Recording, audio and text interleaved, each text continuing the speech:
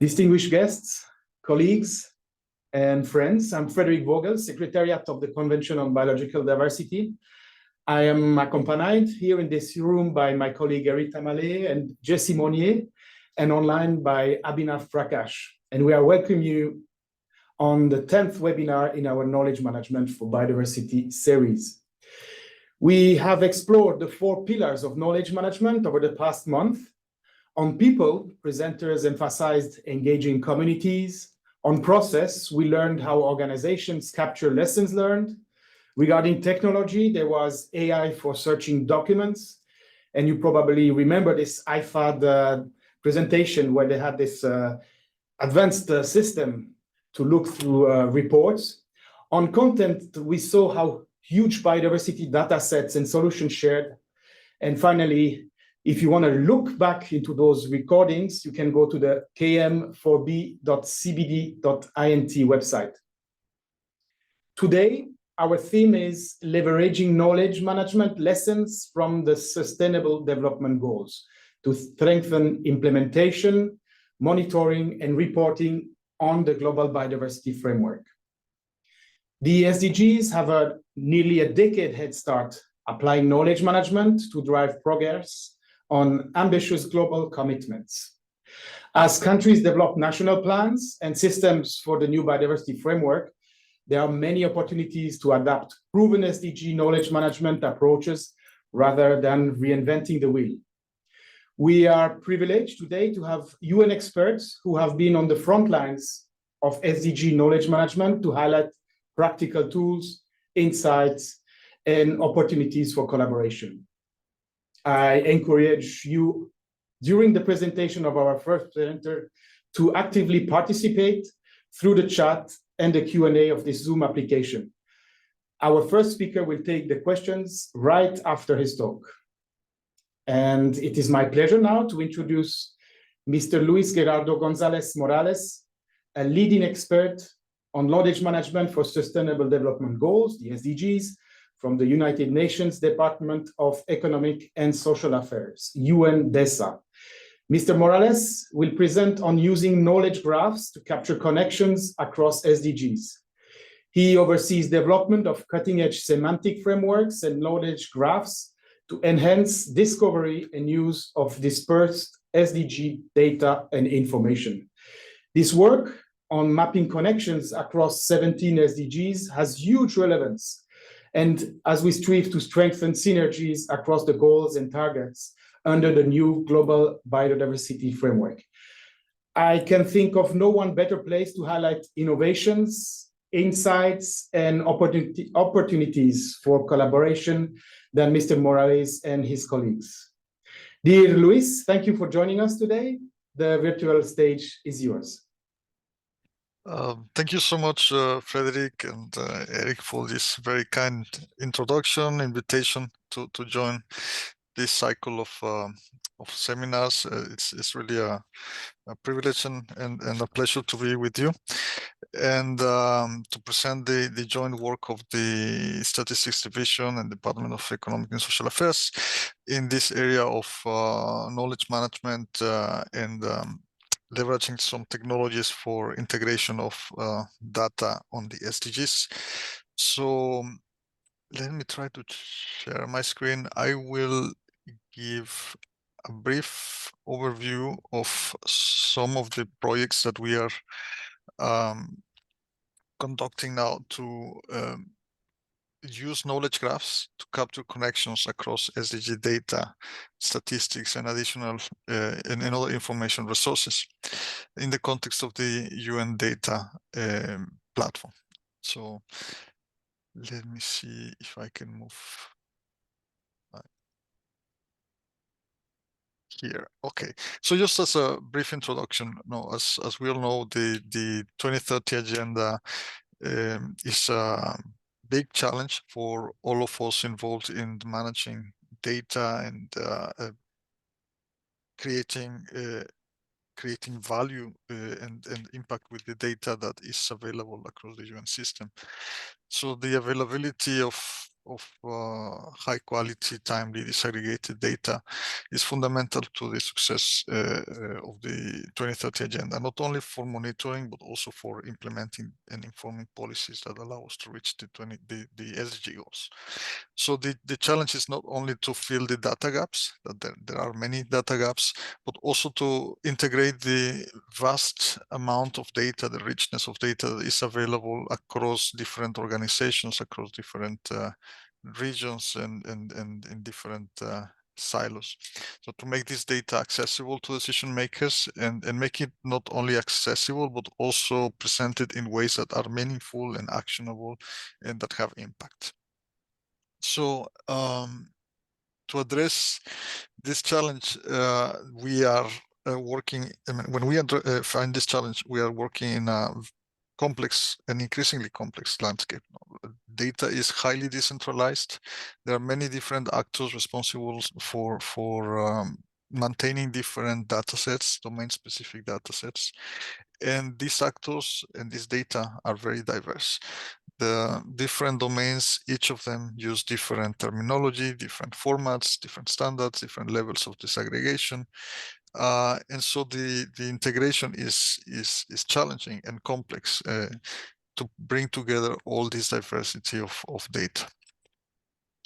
So, and this brings us to the opportunities of using linked open data technologies that allow us to find and combine different information resources across domains and combine them in a way that is meaningful, that allows users to make sense of the different data that is there in different organizations, in different structures. These technologies help us improve the visibility of the data, the interoperability, and thus the usability of these information resources. And also, this is becoming more and more relevant today as with this emergence and disruption created by new technologies, artificial intelligence, data science.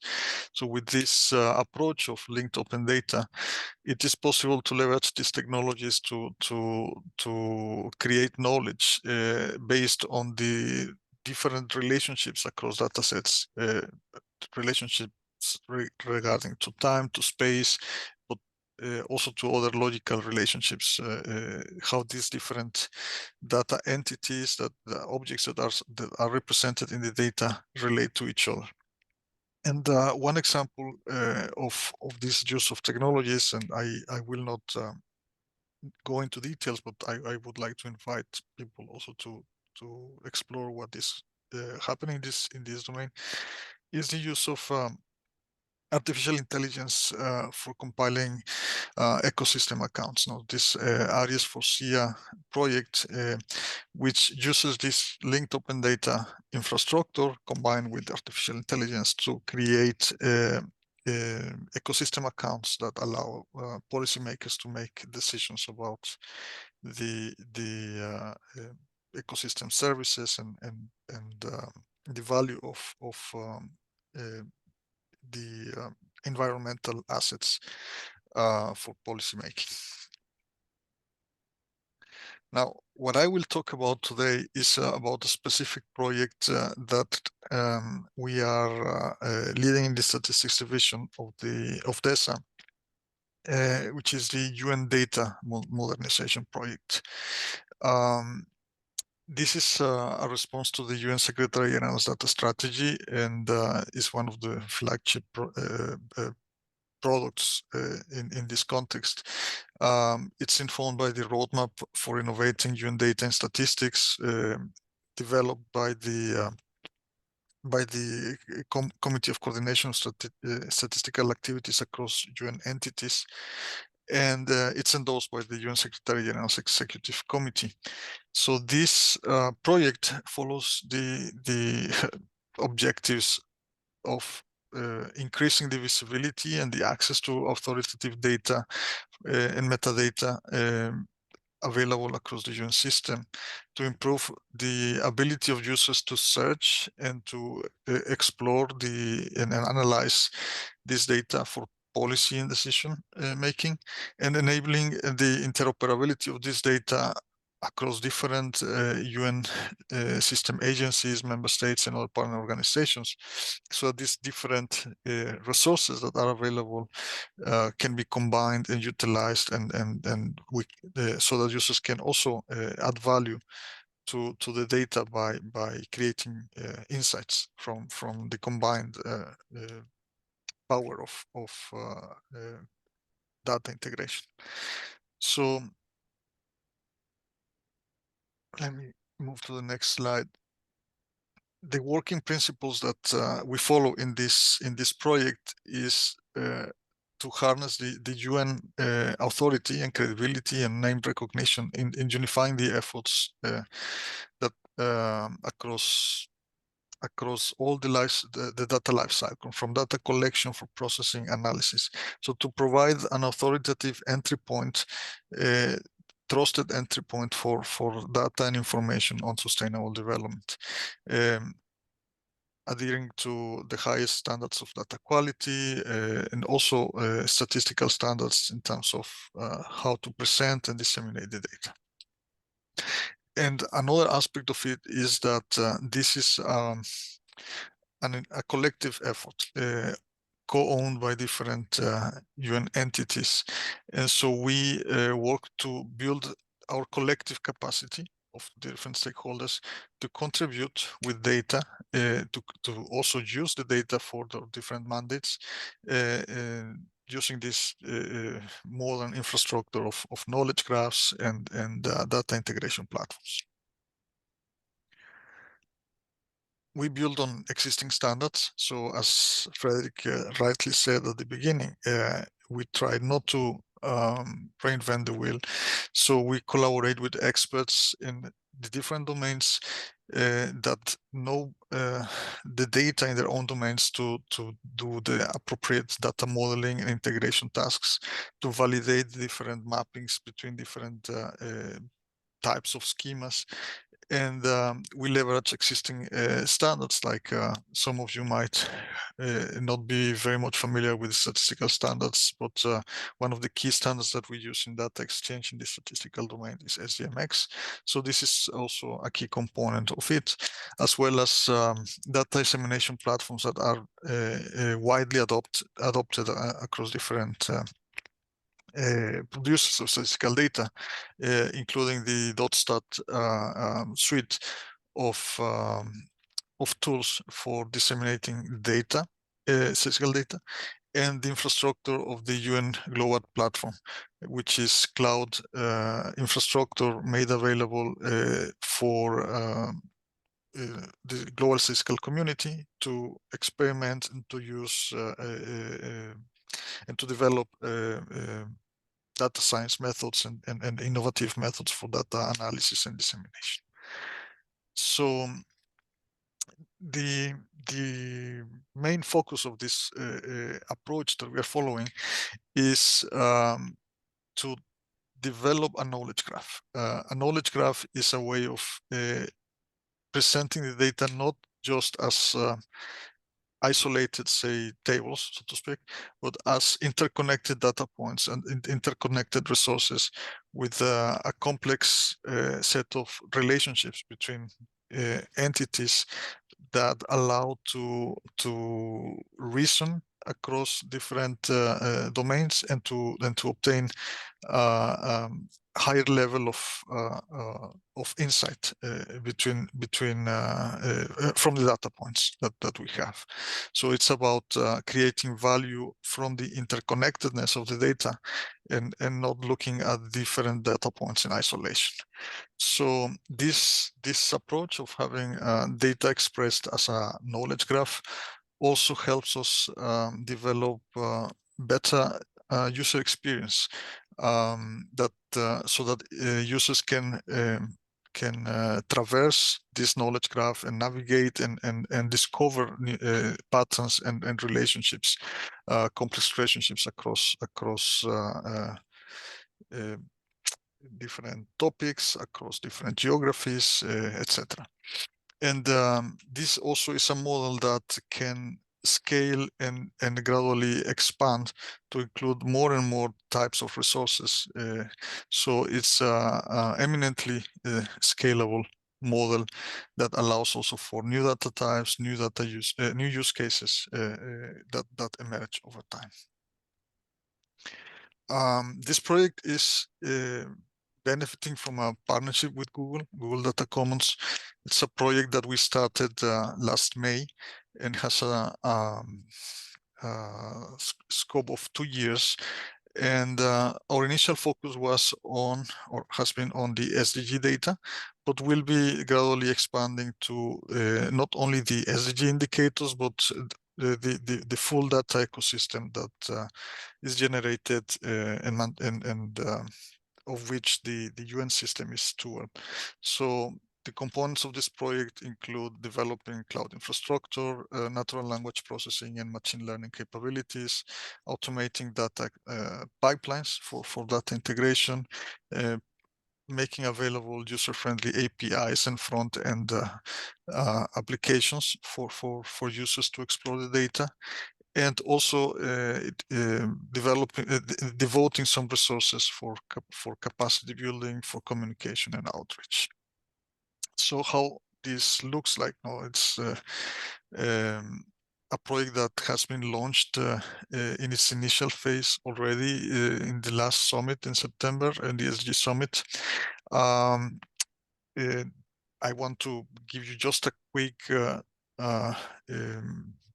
tour through it and give you a first taste of how it looks. It's a platform that provides data visualizations and search capabilities and the ability to explore the data in and the interlinkages and exploit the interlinkages between the data in useful ways. So here you see the URL where you can find it. Let me show a little bit live the platform. So this is the landing page of the platform, Data Commons for the SDGs. It has 3 different ways of accessing and exploring the data. One is by country or area. The other is by SDG goal. And the other is simple natural language search, where you can type any kind of query and it can be interpreted, leading to bring together data sets that are relevant to the queries. So if you look for data on specific regions, for instance, you might want to look at data for a specific country or area. So for instance, here I just randomly picked Bangladesh, and you can see an overview of the SDG indicators for all these for this country. And one of the the value added that this knowledge graph starts to bring, this is just the tip of the iceberg of what is possible, is, for instance, bringing together the different disaggregations of an indicator on a single graph. The ability to present related data that belongs together in a single graph is one of the things that is automatically produced on the fly by this knowledge graph approach, instead of hard coding each of these individual graphs. So you can see the different disaggregations, also explore different goals and indicators. You can compare different levels, age groups or sex and so on. Another way of looking at the data is simply by goal, where you have an overview of overall data at the global level for the individual goals, by goals and targets, adding as well some of the key messages that come from the SDG report. So it's a combination of data visualizations and maps and graphs and some of the analytic products that are produced by the division. And finally, and this is probably the most powerful and potential, has the highest potential for for users is the ability to explore the data using natural language queries. So here you see sample queries just to try things that one could think of asking, what hunger in Nigeria, or how has informal employment changed over time in Bangladesh, and so on. But you can type anything. So for instance, if I would ask what is the status of biodiversity in the world, I am presented with different data sets, data series that are relevant to my search. Now, for instance, total official development assistance for biodiversity by recipient countries, and some indicators that are available by individual points, or if you have a time series, they are presented in a graph, or they could be presented in a map for different years. So here you see the map for all the most recent data point for all the countries that have some data available. But you can also zoom into just the data available in 2022, etc. So this is the type of natural language query that you could start exploring here. So then I can say something about Asia. And so it remembers the system that I was asking about biodiversity, and then zooms into Asia and allows me to see some indicators specifically focused in the Asia region. So if I want to see, for instance,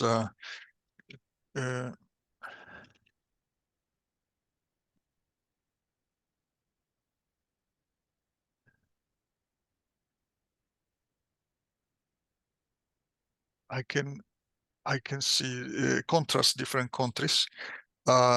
Interestingly, this natural language processing allows to detect different spellings of countries. Now, for instance, Vietnam, the official designation in the UN is Vietnam towards, and here I typed Vietnam as a single word. Laos, it's Laos, People's Democratic Republic, and Cambodia. So here I am able to obtain different indicators related to these three countries and paired against each other, etc. So this is just a small taste of what the tool, this ability of express the data in a knowledge graph provides. When we can move to South America, etc. So this data commons for the SDGs platform currently includes about 3,000 statistical indicators. Is powered by a customs data commons instance provided by this partnership with Google. And as I mentioned, you can do search by SDG, by geographic area, and also free search in free text. These contextual queries, comparison queries, and queries for the specific SDGs are supported. And this is a platform that is continuously growing and expanding. Now we are trying to, we are in the second phase of it. We organized the project in 4 iterations. Now we are now in the middle of the second iteration. Our next milestone will be presented to the public at the 24th session of the Statistical Commission in March. We will incorporate data sets from pilot agencies that include ILO, UNICEF, WHO, and the ECLAC, the Economic Commission for Latin America and the Caribbean, creating new thematic pages beyond SDGs, but on policy areas, and providing landing pages for the different providers. And this is a way that will help different UN agencies streamline their data integration with each other. And we are also working on making this search of the data multilingual, also in this partnership with Google. So what are the challenges that we face, and in general what we are addressing with this, with the technical challenges that we are addressing this project? The creation of semantic content is not trivial. Given different data sets, different information resources, reports, you name it, all the resources, information resources that are available across the UN system need to be brought together through tagging, through extracting of the semantics of the data that is included in them. And this is done by leveraging different taxonomies, vocabularies, ontologies, and some of them still need to be developed and further refined. So the annotation of the resources with the different terms that come out of these ontologies is something that deserves priority attention. And this process needs to involve domain experts, knowledge engineers, and tool developers. So it's cross-functional teams that is needed to create this type of tools.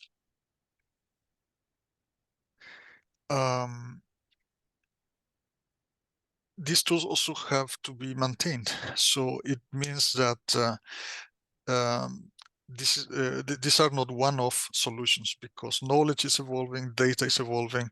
So continuously we need to be working on extracting terms, connecting data resources, and that requires automation, because in order to scale with this vast amount of data, we need to be able to automate some of these processes. And the automation cannot rely on one single tool or approach. There are different approaches that are needed to work with different types of data, with different types of information resources. And so it requires a lot of continuous collaboration, continuous also dedication of resources and time to keep these structures current and alive. And also, as we are the maintainers of some of these data integration processes, we need to invest a lot of our efforts in being able to visualize these flows, to monitoring them effectively, to be alerted when some of those flows break, so that we can fix them in time. Also to make sure that the integration is done properly, so we need to have automated data validations and checks, and maintain proper documentation for different levels of users and contributors, so that everybody can be part of this ecosystem and use these tools and contribute to the building of this global network of knowledge. So yeah, with this, I think I more or less covered very quickly, what this UN Data Commons for the SDGs is, what is the potential of knowledge graphs for integrating data resources and leveraging machine learning and natural language processing techniques. I would like to invite you to use the tool and to send us feedback whenever you don't get the results that you expect, or when you see areas of improvement. If you are part of UN entities that maintain data and information resources and are interested in being part of this platform, please also reach out to the Statistics Division. This is a project that, as I said, is co-owned by the whole of the UN system, and so we are really happy to include other stakeholders as well. And thank you very much, Frederick. Back to you, and in case if there's any questions or comments, happy to interact with the audience. Thanks. Thank you very much, Luis, for introducing introducing us to knowledge graphs and its potential for biodiversity knowledge management. I was looking at the questions and answers, and there were none. So, oh yes, there is one, maybe here. So what is this is from Sonia Rees. Together, Eri, we were chatting where we were presenting, and we will have other questions. But we first take some from the participants online, and maybe we'll have another talk afterwards. So from Sonia Rees, we have this following question: what is the UN's data governance framework tool like? Do you have a governance council, etc.? Yeah. So we have a governance structure. So this UN data modernization initiative was launched first at the Statistical Commission, and the Statistical Commission established an interagency and expert group on UN data, composed of mostly of UN agencies, but also member states and representatives of civil society that provide guidance to the development of UN data. This UN data is also endorsed by the Executive Committee of the Secretary General, meaning that there is oversight and guidance provided by the principals of the UN entities that collect and maintain data. So those are the main two mechanisms for providing governance to this initiative. Thank you, Eri. And I encourage all participants to continue to ask questions online. We have no questions so far, but please use the tools, either the chat or the Q&A, if you want to ask other question to Luis or the team here. Eri, please. Yeah, no, thank you so much, Riz. This is quite informative, and would make if we can have that for biodiversity, it will make life for our parties easy, really, to integrate vast sets of data and making meaning out of that data and visualizing it. I think that would be very powerful. And I think part of the question is you've already answered it already. I think it's more about the quality of the data that goes in, and because it's what you put in, eventually what you get out is really critically dependent on the quality of the data that is entered into the system. And how are you how do you ensure data quality right from the I suppose the data comes from the countries, the member states, and how do you ensure quality from that level, all the way from that level going upwards, to make sure that what we have in the system is solid and robust? Yeah, no, thank you for the question. This is a very important point for us now to ensure the data quality. At the moment, UN data is exclusively focused on data collected by the UN system. No? For instance, in the case of SDG data, it's data provided by the custodian agencies. No? The different custodian agencies in different domains are the ones that vouch for the quality of the data. So we are not including so far, although that's the ambition in the future. We are not including data directly from countries. It's data that comes from the UN system and validated by the different UN specialized agencies. On top of that, once we receive the data, there are data validation routines that we run.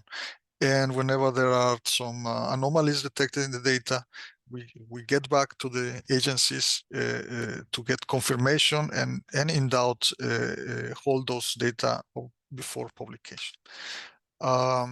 It is important to ensure that the data that we put into this platform, into the UN data data commons is the set of authoritative data agreed upon within the UN system. There is a data commons, Google Data Commons, beyond our platform. So that there is a clear difference between what is in the UN Data Commons and the rest of the ecosystem. Although the data can communicate to, it can be interconnected, in our platform, we only show UN data. I don't know if that makes sense to you. Yeah. Thank you. Thank you. We have a few questions coming online now from Datuama Kamue. It is possible for parties to have easy access to the data, and if so, can you please indicate the process? Kamue is a CBD focal point for Liberia. So to access the data from the UN Data Commons platform, there are different mechanisms now. So any user can just explore and download individual data sets. That's for the, say, from the casual user to the very ad hoc kind of use cases. But the data is also available through different APIs. There are RESTful APIs. There is also for more sophisticated users that want to explore the full potential of the knowledge graph. There is Spark API. So there are different mechanisms to access the data automatically or by just using the site. So the data is open. There is no restriction in terms of accessing these APIs, we really welcome if people would be building their own analysis and applications on that. That's our hope. Thank you. I have another question from an anonymous attendee here. If possible, can you provide the level of effort involved to create this platform? E.g., how many people were involved directly, number of partnerships and agreements that you had to make? This is a very significant effort. We started a couple of years ago with very limited resources, creating a sort of proof of concept and so on. It was not until we had this very significant partnership with Google, the google.org, that provided the resources and the technology that enabled us to reach this point now that we are presenting today. So this is an initial investment of around $4 million that allows us to put together a team of 3 data engineers, user experience expert, graphic designer, front-end developers, project managers, communication specialists, and outreach advisors, data architects. That team is a full-time team of around 9 to 12 people working on it right now. But this is for the duration of the project, 2 years. At the same time, we are building the internal capacity in our DESA team with our own technology staff and statisticians, so that we can sustain this as part of our regular work going forward. In terms of effort, there is something that cannot be delegated to contractors or consultants, which is data modeling. How do we integrate the data? That has to be done in-house. And so there is also a significant amount of time and dedicated by our statisticians to create the mappings between data models, to create the data validation routines and all that. So, yeah. Thank you. I have a personal question, and I see as well another question that came here.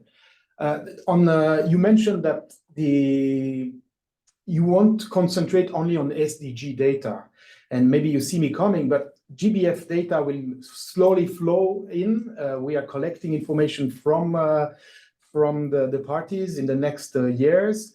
And how would you start maybe an exchange between GBF data, or how can GBF data then be integrated in the tool, a fantastic tool that you are developing now? Where would you start? And yeah. Yeah, so we have different ways of organizing the data, structures to organize the knowledge, essentially.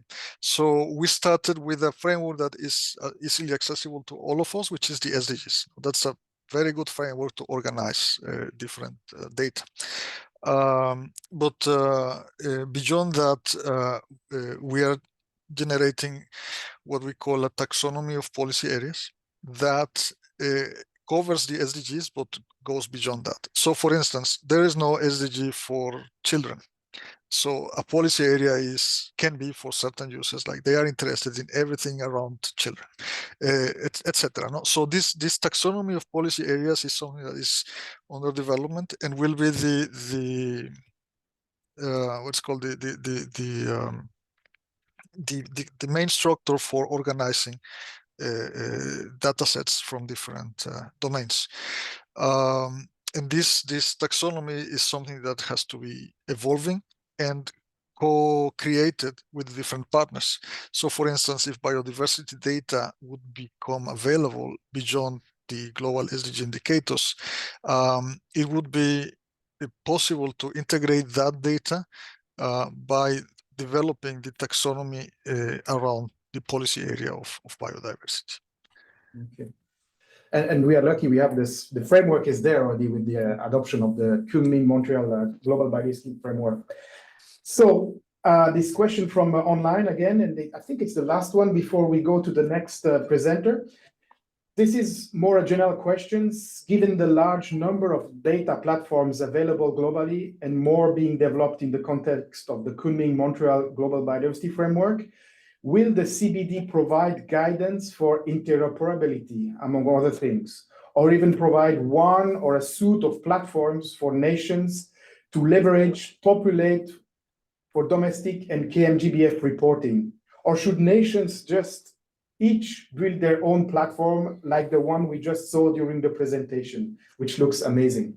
This is a question to us, Ari, I think. What are we going to propose? Or should we guide, should it be a reference at the CBD level? Yeah, thank you. Well, yeah, so for now, I think we'll have to work on this together and drawing on the experience from our colleagues at UNDESA, and we'll be looking into this. It's definitely, I think, a good initiative to undertake, especially that the GBF has just been adopted, and countries are beginning to develop, set their own targets, and will be contributing data into the system. So we'll be exploring and looking at opportunities of collaborating with the UNDESA to develop such a system. So yeah, thank you. Thank you very much, Jerry and Luis, for your presentation.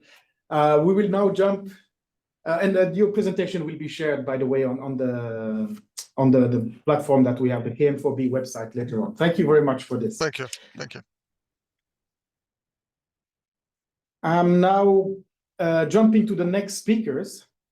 So the next speakers brings critical perspective on harnessing digital transformation to accelerate implementation of the Global Biodiversity Framework and Sustainable Development Goals. Please join me in welcoming Reina Otsuka and maybe her colleagues. I'm not sure they have been able to join, Zhang and Victoria Brezhnev. Sorry if I misspelled it. From, oh yes, here we go. Thank you very much for joining. From UNDP, so the United Nations Development Program, where they mobilize advanced technologies from artificial intelligence to blockchain in support of the world's development and sustainability priorities.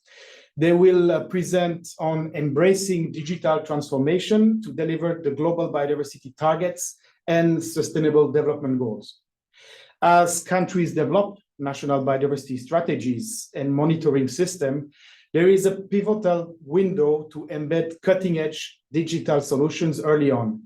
If I'm not mistaken, our UNDP colleagues will highlight inspiring examples of how data and technology are already driving impact for conservation and sustainable development outcomes. Thank you, Reina and colleagues, for joining us today. Over to you for this second part of the webinar. Thank you so much, Frederick, and thank you, colleagues, for inviting us to this very important webinar. I'm here with Zhang, and we will basically have two parts to the presentation. I will start from providing maybe a framework of how we think about digital transformation and how to use the technology or the power of digitalization toward the global biodiversity framework as well as biodiversity in general. And then I will pass it on to Zhang to present one of the few tools that we are going to show today, which is the UN Biodiversity Lab, to show how that actually plays out in practice. So let me start from sharing my screen. I hope you can see it in presentation mode. No? Not in presentation, sorry. Oh, okay. Interesting. Maybe sharing the other screen. I see. Yes. Let me see. Does this work? Yeah. Yes. No. Yes. Fantastic. Great. Thank you so much. Okay. So just to start with, why do we want to think about digital? And we all are, a part of this digital world. It is a way that it enables us to work in different ways. So we tend to think about digital technology as something that makes things more efficient or something that makes our life easier, but we want to push our thinking or understanding of digital technology to a little bit more. How can we use the power of technology to change the way we do business, right? So just an example from, not from the biodiversity, but from the mini-grid energy, for example, once the mobile payment was available, and when there were sensors that were cheap enough to be installed in every single solar power or solar system, it enabled a totally new, different business model, which is decentralized mini-grids or solar home systems. So that really pushed how in many of the rural areas in African countries, access to electricity. So we want to think about how can digital actually create a new way of working together, a new way of interacting with nature in ways that were not possible before. And these are just a few examples that we see out there already. We at UNDP, we do something called the future scanning. And it's interesting, all of us, some of us in the organization are tasked to look for new trends and signals that are out there. And basically, we create an inventory of these different scans. And from these, we can start to see some emerging trends that are happening out in the world. And some things that we really see, this is from last year, so it's already outdated, but there are many initiatives about digital eco-twins, right? Like digital twins, which requires a lot of data, but as well as different technology like AI to artificial intelligence to actually harness the meaningful insights. There's also a lot of automation happening. ESG is, of course, also really, really tied to data. So there's a lot of these, different ways of measuring biodiversity, and a lot of these technologies are starting to emerge. So we want to make sure that the countries that we support are in a good place that can really utilize these types of new emerging trends. And when we say think digital, the other important thing is to think about agile management. Instead of starting to create something with a full design from the very beginning, digital tries to think about in agile ways, meaning we start from a version 0. Minimum viable product is how we say it in this digital world, and create the minimum viable product and then build up slowly from it while being agile enough to respond to new technology and new needs. It's also important that we take a user-centered approach or user-centered design. And finally, it's also important to think about it as a 10 times change. When we want to digitalize something, digitization is just to make something that was paper into Excel or data. But digitalization means we have to push ourselves to think, how can we make things 10 times more scale? How can it be 10 times more faster? How can it be 10 times cheaper? So pushing ourselves to think, what can we do to make it 10 times really can change the way we think about how we interact with technology. And this is not only about opportunities. We are operating in a place where there's a digital divide and 2.9 billion people are still not connected to the internet. And this is very important for the biodiversity community, because as we know, a lot of the communities that we work with are in places where they do not have internet access. So when we want to make sure that this digital technology is actually benefiting all of these people, it's important to think about partnerships, not just about bringing the tools to the places, but also think about how can we also push the universal access to internet. How can we also provide electricity at the same time? And this is where, thinking about biodiversity and the global biodiversity framework together with the SDG indicators as in today's theme is very, very important. It's also very well seen that there's a lack of coherence. A lot of times digital systems are developed in silos. And so, even within the country or even within our organization, some of the data are lost just because it was not built with this coherence in mind. We also see a lot of lack of inclusive design, where which sometimes it's interesting because I wanted to show, actually I couldn't show this today, but there is a app in Papua New Guinea where illiteracy is a huge issue. So the app doesn't have any words. It's basically a lot of icons and pictures that can guide the local communities to actually collect data on their mobile phone and upload it so that even the national government can use the local communities' data for their planning purpose. So that kind of inclusive design is very, very important. And of course, the problem of cost is very high. As you know, like machine learning, artificial intelligence, these cost a lot of computing power, which not all countries may be able to afford.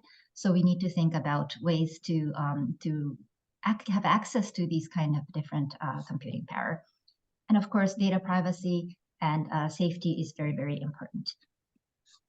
And in order to navigate these, complexity of digitalization, I just wanted to introduce you today this digital transformation framework that UNDP uses, and hoping that this can also help guide you in your journey to think about knowledge management and different tools that you might be building or trying to take into your daily work in this digital age. I'm not sure if you can see this all, but basically we think about it in 5 pillars. So it's not just about the technology, it's not just about the capacity of the government. We want to look at it from, first of all, the connectivity issue. Do the people actually have the infrastructure and accessibility? The government capacity, is there a capacity to implement? Is there a capacity in the government on geospatial data, for example? Is there a underlying cybersecurity or open government vision already in the government? And then the third pillar is regulation. So in the context of digital as an overall, this might mean something like, is there a cybersecurity law? Is human rights considered in the digitalization strategy? Is there a privacy law? But when we also hone into the biodiversity area, this might also mean, was the NBSUP monitoring plan actually thought through with this digital technologies in mind? Did we have anything about citizen science? Do we have any governance structure so that the indigenous communities' data can also become a part of the national monitoring or national reporting system? So we want to look at these with the regulation and government lens. And then the fourth pillar is economy. So this includes things like, are there private sector companies that can provide some of these data or digital technologies? In the context of GBF, from there are some new indicators, as we all know, that discuss about private sector disclosure. So is the private sector also ready for disclosure? That might be something to ask in this economy pillar as well. And last but not least, important is the people. So how is the people's digital literacy? Do they have good enough usage? Do they have a culture to start using these digital technologies and to contribute to the data or the implementation of the NBSUP or the GBF? These are, again, the questions that we would like to ask ourselves and then plan the digitalization strategy on top of this. And UNDP has been working with a lot of countries using a tool called the Digital Readiness Assessment. So far, we've worked with maybe 30 countries or so at the national level to think about their digital transformation strategy at the, regardless of the sectors. But we are now pushing further to start to adopt a tool for the use in biodiversity, as well as several of the green and blue economy areas. So, that means that we can start to really utilize this framework, which is basically a desk review and a survey with stakeholders and a combination of workshops and policy dialogues in order to come up with a strategy for digitalization in the end. This is just to show how it kind of looks like, because we try to ask questions alongside all of the pillars. Each country will, in the end, get a diagnosis of which parts of the 5 pillars that I just said are actually already very ready for digitalization and which parts require more work. So by having this, picture, you can start to think, oh, okay, we're really good with the private sector, but it seems there's, maybe the regulation might be lagging behind, or it could be vice versa. And this is just a teaser with UNEP and other UN agencies. We are working on a project called the Global Knowledge Support Service for Biodiversity, of course, with CBD as well. And this is just to show there are 4 components in this project that's coming up, which includes the digital transformation strategies and technology, as well as policies and data standards, and more general knowledge management. So this is a very exciting journey, and we are now working on some white papers to start to showcase some of what I just explained verbally. And these are just some of the examples for national level questions that we might want to ask ourselves on the 5 pillars of the connectivity, government, regulation, business, and people, which it's basically translated into what does it look like in the biodiversity field. So I will now switch gears a little bit and show a few of the tools that UNDP has developed that basically overlaps the SDGs and the development goals with the Global Biodiversity Framework. And let me just see if I can still share my screen.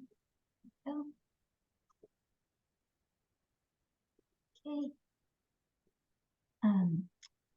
Can you now see my website? Yeah. Yes. Thank you so much. Thank you. Okay, so the first example is the Data Futures Exchange. I can also put in the chat box the URL after, but this is basically a data website, insight website that we created during the pandemic. I happen to be the project manager of this until the launch of it, and there's a lot I can share, but it was interesting to find that countries, we have a lot of good data at the national or global level, or actually the global level, where you can compare between different countries. But a lot of times that is not enough for national level decision making, because comparing with the country next door doesn't always give you a lot of insights. So we really struggled, and in a good way, worked with a lot of countries to try to find some of the key global data sets that the countries can, of course, benefit from, but also start to build a bottom-up data, open data, and open data sharing platform. So if you look at this, one way you can use it is to look at this page that says all data, which you can basically see there's various data you can overlay. So this one, it's kind of fun to play with. You can see that now it has the GDP data shown here. So this is the GDP data. And then you can select a second indicator to overlay. Let me choose something from environment. So let's say we can put the climate risk index ranking on top of this. And then you see that the color changes, so that you can sometimes see that some certain countries with, there's a correlation, it seems, or you can sometimes see that it's actually not related. And this is a very good way of finding some indicators that might, especially affect each other, like freshwater withdrawal. This one, you can see that there are areas that are higher in the risk, and also lower GDP, which might be countries that have more risk of certain water security. So this is one way of using this platform. And then there's also these focus areas where you can see there's an environment section. And this one, it is bottom up, so you will not always, unfortunately, find data about your country. You will in this, of course, this, big, this part. But when you go into each of the insights, these were basically data that were collected through existing environmental projects. So it's interesting how basically they collected data from projects. Usually the data, would sit in the consultant's computer, or it will be in the government partner's computer. But what we did was we tried to make sure that the data gets submitted into this platform and then visualize it in a way that it's interactive and it can be used by others outside of the project in the future. So this might be, let's see, there's many. We have a library, so please do go in afterwards and maybe play with it a little bit. But for example, this one, there it is. So this one, for example, is an NDC tool. However, you can actually, see that it's using Power BI, as you can see. But basically, you can visualize how different countries have different emissions, and also look at the time series. These kind of data are all there, which were again collected by the project, but then made available for everybody through this open data platform. So that's just one tool for you to please take a look. The second tool is a slightly different angle. It is called the Digital X. This is an effort by UNDP to basically try to find scalable digital solutions that we can bring to you. And we are selecting. We did a big call for proposal last year, and selected maybe 30 or so companies or organizations, academic teams that are providing solutions that are useful for various problem areas. And unfortunately, the nature is actually under this climate, but there are actually many tools that are useful for the global biodiversity framework and for nature in general. And so if you can look at this, you'll see that each of these have an explanation of how the tool can be used. And all of these are usable even without paying or even without partnering with them directly. So please take a look. There's a lot of open source technologies and open data initiatives that you can also probably try to start using. And the final one, before I pass it to Dee to explain the UN Biodiversity Lab, is the Learning for Nature. This one you may already know, and this is also again in partnership with the CBD and other great partners. We have a lot of these e-learning courses that you can also take a look. These are organized by GBF targets. So once you go there, you should be able to find a course that's useful for you. And there are a lot of digital enabled courses as well. So please do take a look at this as well. And with that, I think I will pass it on to Dee to also share about the UN Biodiversity Framework, UN Biodiversity Lab, which is again a very useful tool that can help us in the digitalization of the biodiversity. So over to you, Dee, and I'll stop sharing.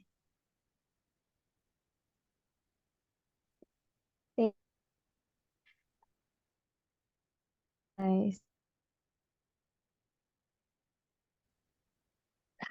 I think we have lost her, at least from here. Now she's coming.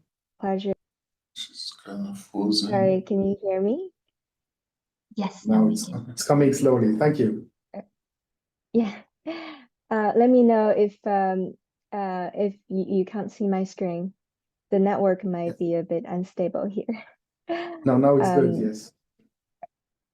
Okay, great. It's a pleasure to be here and introduce another UNDP's offer in SDG Digital Solutions, the UN Biodiversity Lab platform. The UN Biodiversity Lab is a free open source platform that provides policymakers with access to spatial data on nature, climate change, and sustainable development, regardless of their GIS experience. The UNBL platform partnership brings together the CBD Secretariat, the experience of UNDP, UNEP, and UNEP WCMC. We created UN Biodiversity Lab nearly 5 years ago, specifically to support parties in their commitments to the CBD, with a focus on the 6th National Report to the Convention. With the initial launch of the platform, we challenged countries to double the number of the spatial map used between their 5th National Report and 6th National Report, and they succeed.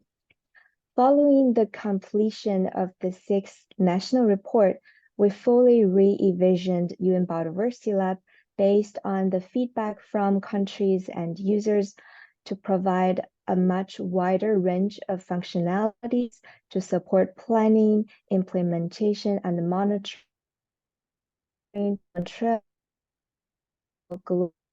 as SDGs, FOC, other to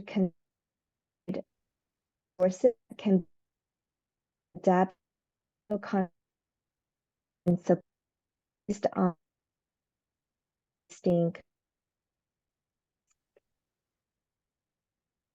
and Dee, you are breaking up. Maybe better to take I'm- off your camera.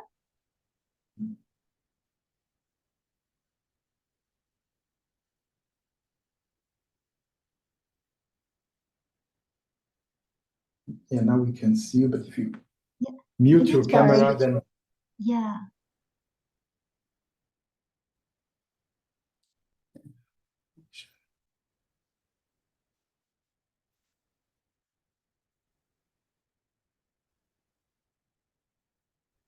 sorry, the Wi-Fi isn't stable today. I will to just a good the of you. We will. mm.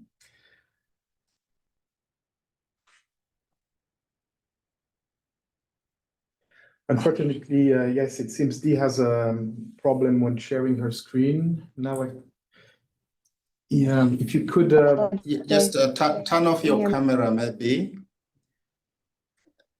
To have to. So I may turn off my video just in case Yes. my Wi-Fi is not stable again. Apologize for that.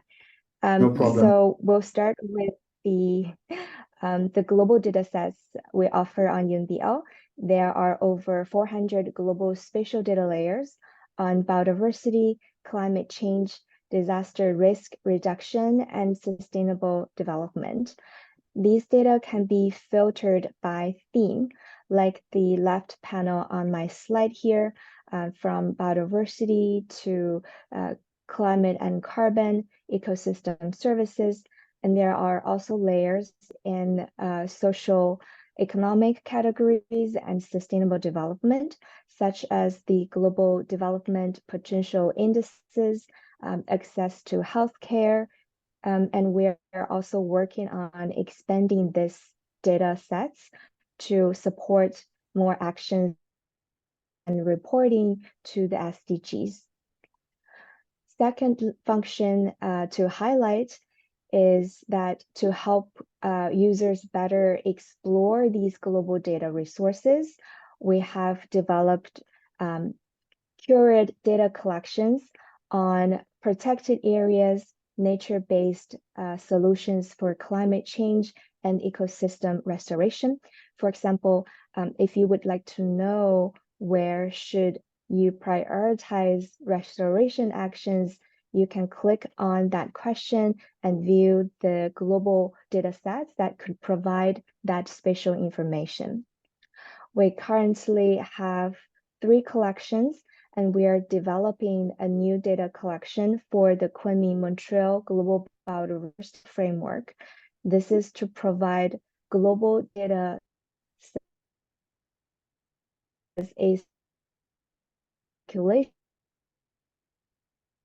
headline under the BF model is currently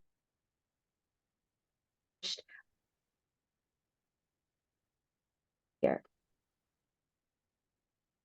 Highlight the make map for Yeah, we are sorry, Dee, we are losing you. on my It's very choppy. Do you have your presentation?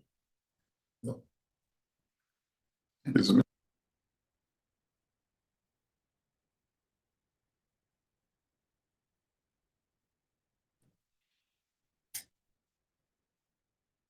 Yeah. apologize again. No problem.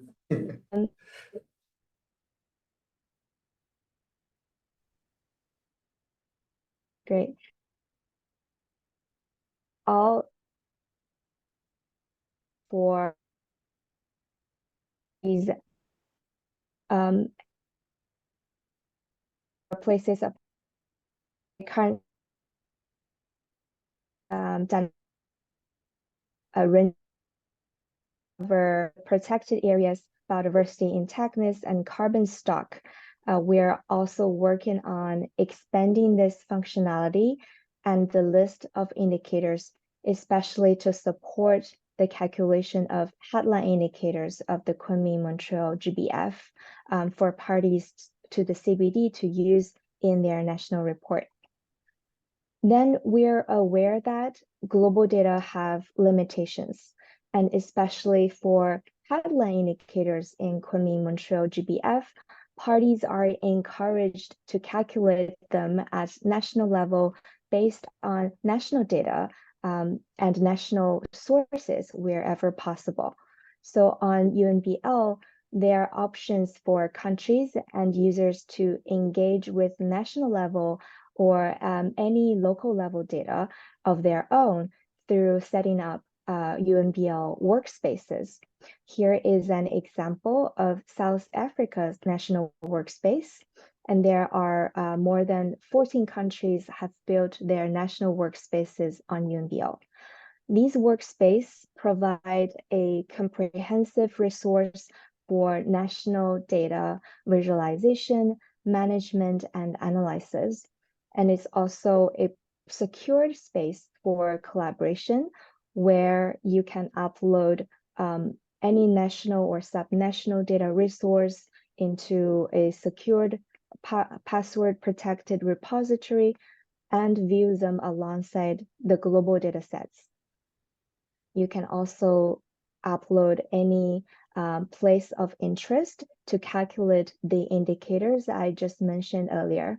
The workspace is available for all parties to the CBD, all the UN member countries, and are free to use for all the non-commercial users.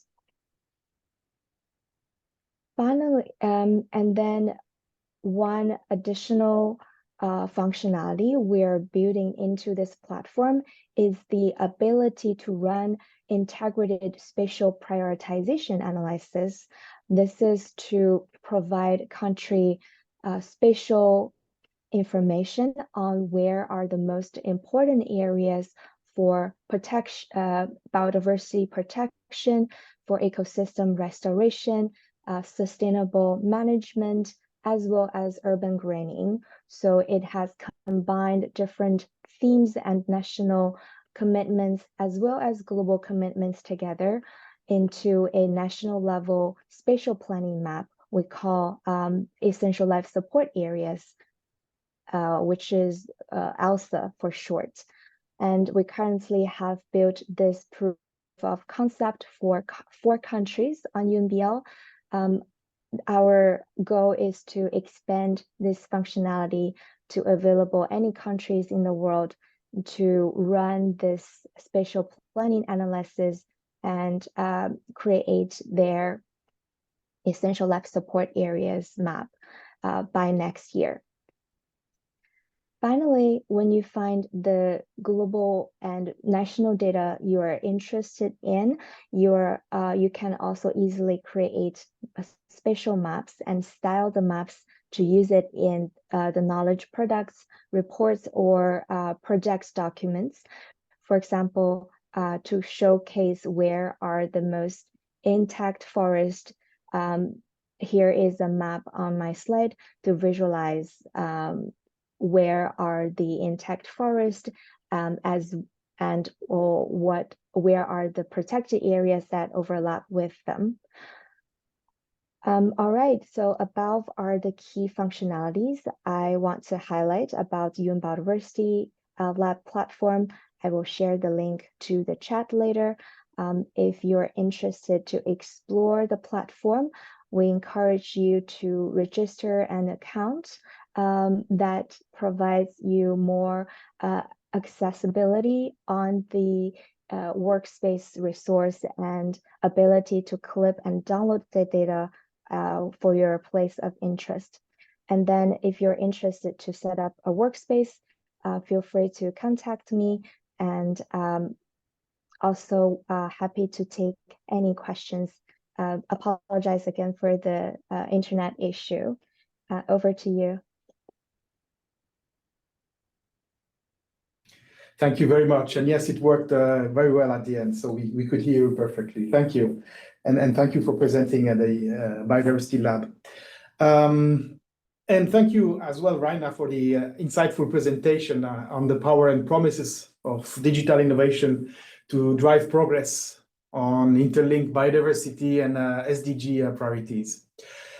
I now invite attendees to share any reactions or questions that those 2 presentations have sparked through the chat box and the live Q&A. If I look there is nothing for the time being.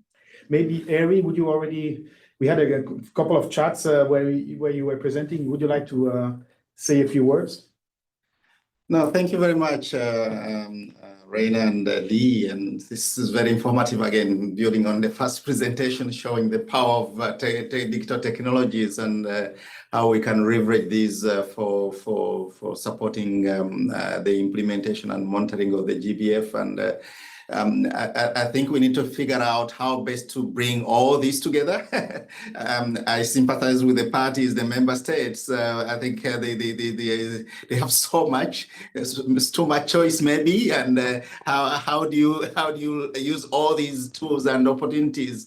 And I think maybe we need to figure out how best we can package them and introduce them to the parties in a way that would make their life easier, because there are different tools from different institutions, but for the member states, I can imagine it's quite challenging, because then you have to try each tool on separately, and how the two talk to each other or the 3 talk to each other, I think is unclear to many. And I think we'll have a conversation amongst ourselves to see, for purposes of the GBF, supporting the GBF implementation and monitoring, how we can bring all this together, and showing how one tool could play a specific role, perhaps it has a niche, and how another could play, and then how do they come together. So, but they are all powerful tools, really all powerful tools, and I would encourage parties and member states in general to leverage them. So, and we have a question, and thank you, Eri. We have a question online here from Alice Hughes. The new tools look great, but in the regional prioritization, how are you encompassing data gaps and uncertainty? This resonates with the data gap. It echoes what Luis had said before on data gaps and maybe interoperability of tools. But please, Reina or Dee, sorry.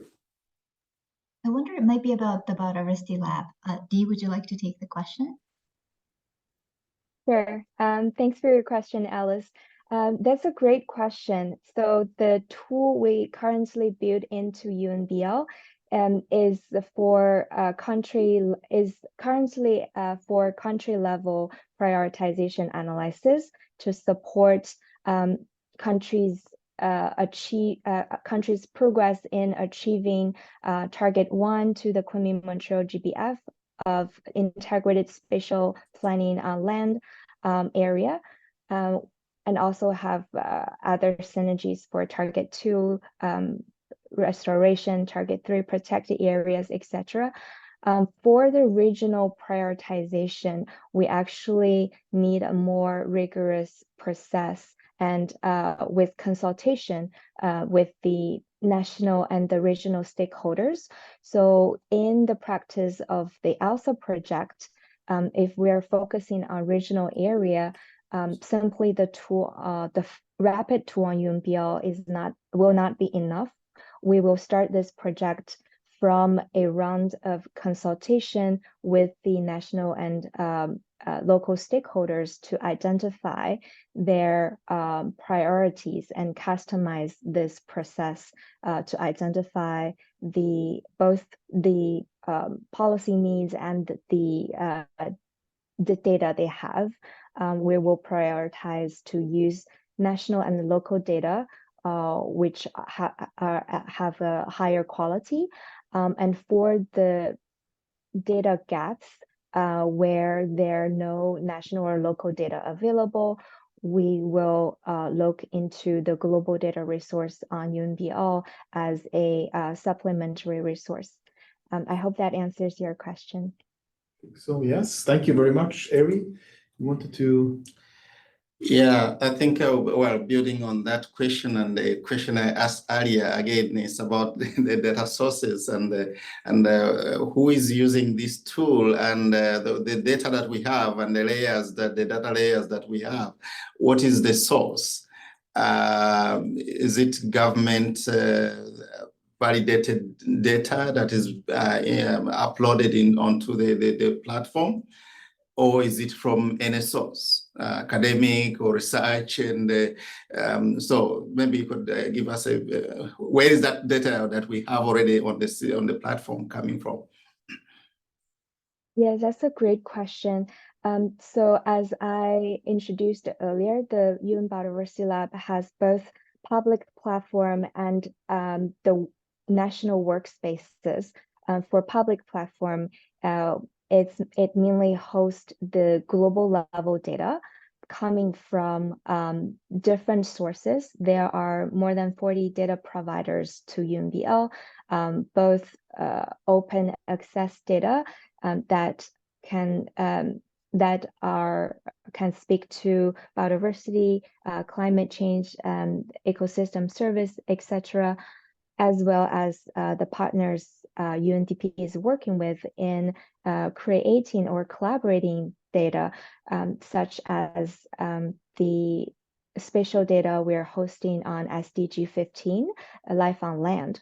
So we are hosting multiple data sources, and those data are provided by multiple partners and providers. And then for any data goes into the national spatial planning process, like the tool we built on UNBL for integrated spatial planning. It has to be validated by national stakeholders and governments to be used into the process.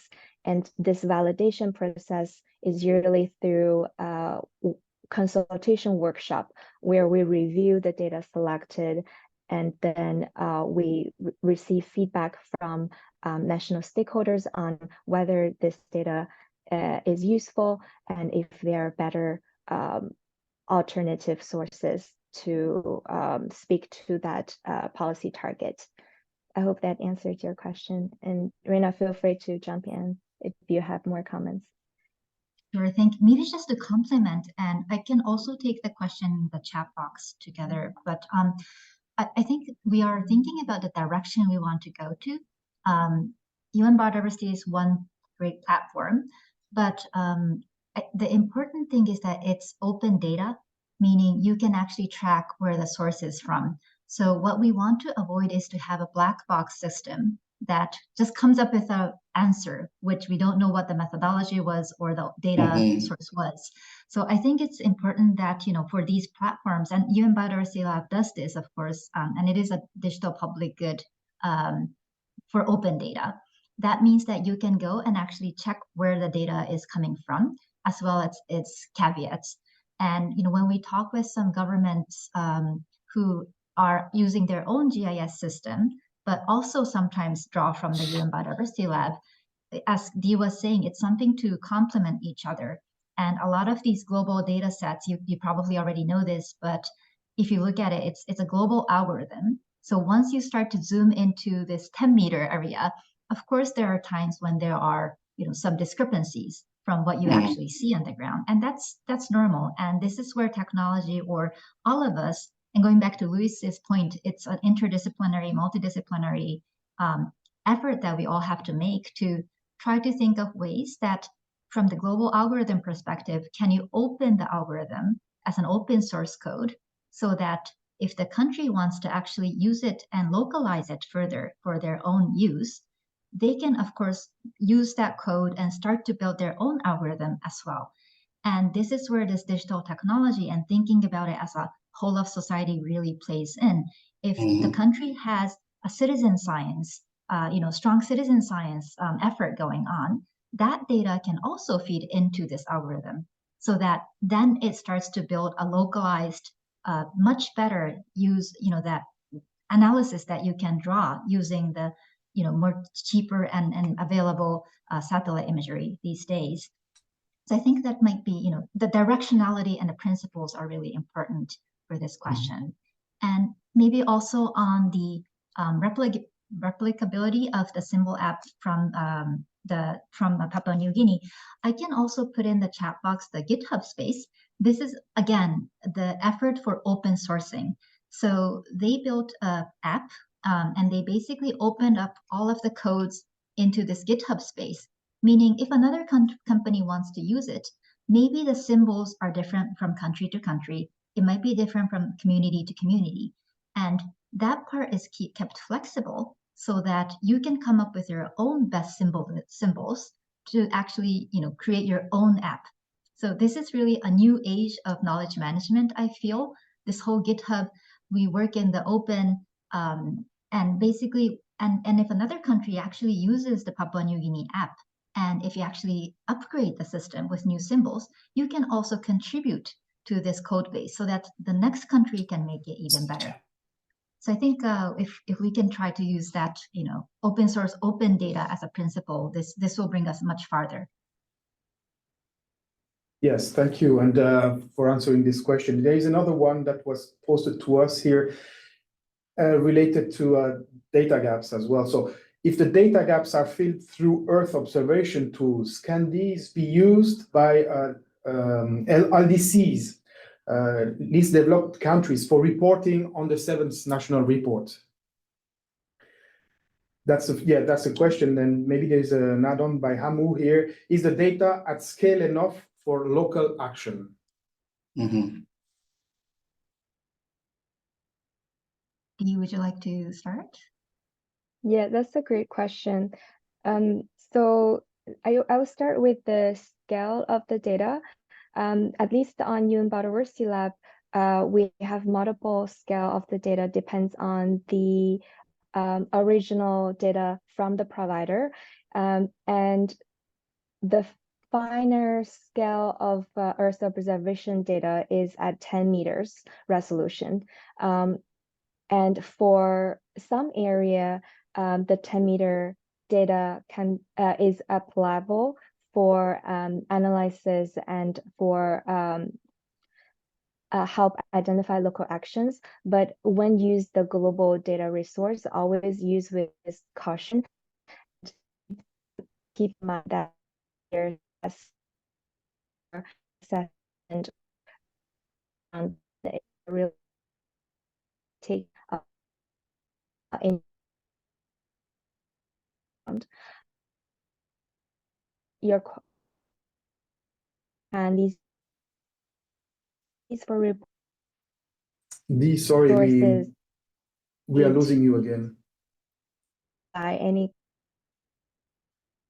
Do you lost me? Yeah, towards the end, we have lost you now. Sorry. Yes. Sorry, you lost me again. Yeah, I was saying these data are most of the Earth observation data on UNBL is open access, means they are free to use, free to download for any countries and users. So the answer is yes, it can be used by LDC for reporting. And Reina, do you want to add? Sure, no, and I think it also depends on what level we're talking about. There's another question on, is it at scale enough for local action?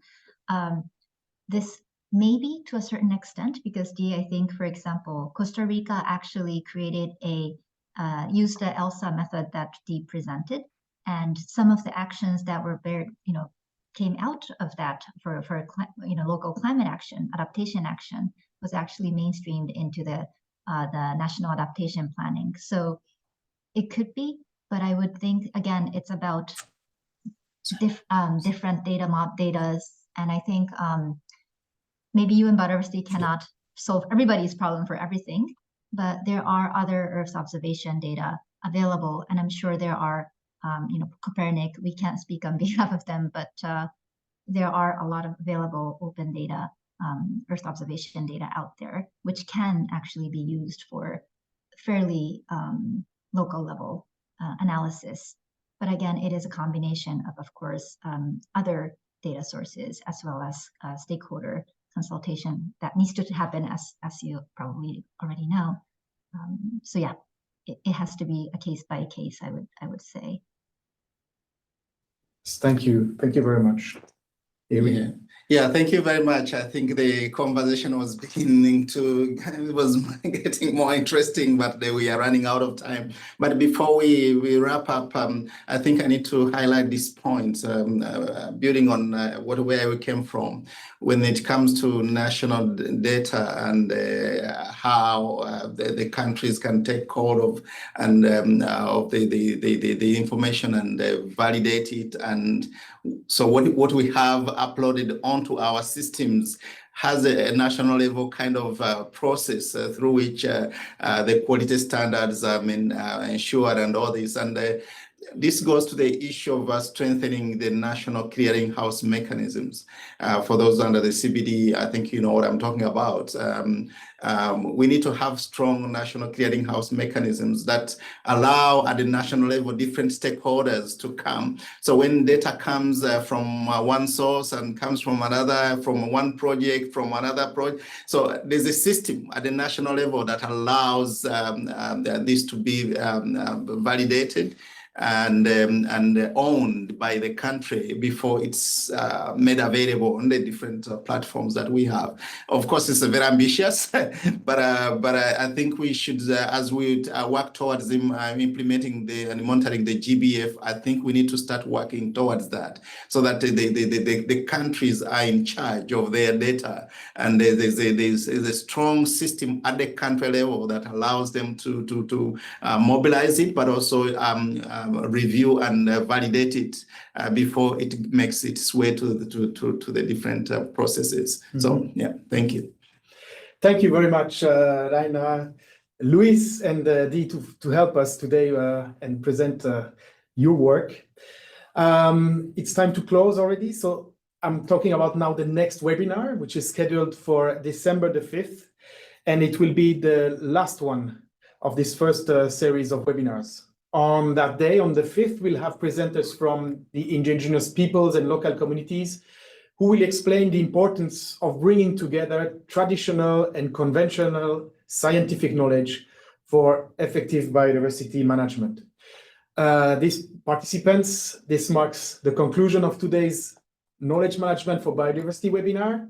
We appreciate your participation, your insightful questions, and we wish you all an enjoyable and productive week. We look forward to seeing you again next week on Tuesday. Thank you, presenters as well. Yes, of course, for their very insightful presentations. Yeah. Thank you very much. Thank you. Thank you.